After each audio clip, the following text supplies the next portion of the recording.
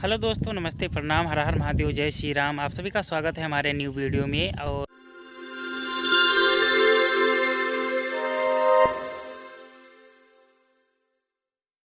और सावन का महीना चल रहा है और पेड़ पौधे बहुत हरे भरे हैं। और मैं जा रहा हूँ अपने बुआ के घर पे। मैं खड़ा हूँ इस समय 15 नंबर ठोकर बांध पे। आप देख सकते हैं यहाँ पे 15 नंबर ठोकर बताया जा रहा है। हमारे पीछे जो आप देख सकते हैं वहाँ पे काम चल रहा है कि अगर बांध कटता है तो इस बोरी को लगा के रोका जाएगा।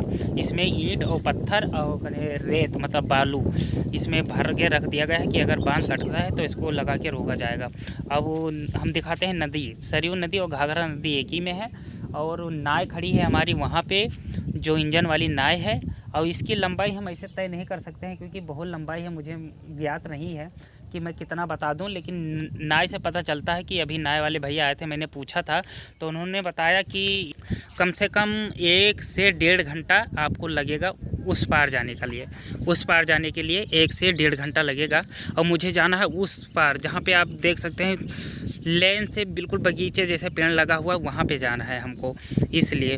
और हम इस समय इसी 15 नंबर ठोकर पे हूँ और मैं जाने का प्रयास कर रहा हूँ। 1:30 बजे छूटेगी ना, और मैं जल्दी आ गया था 12 बजे।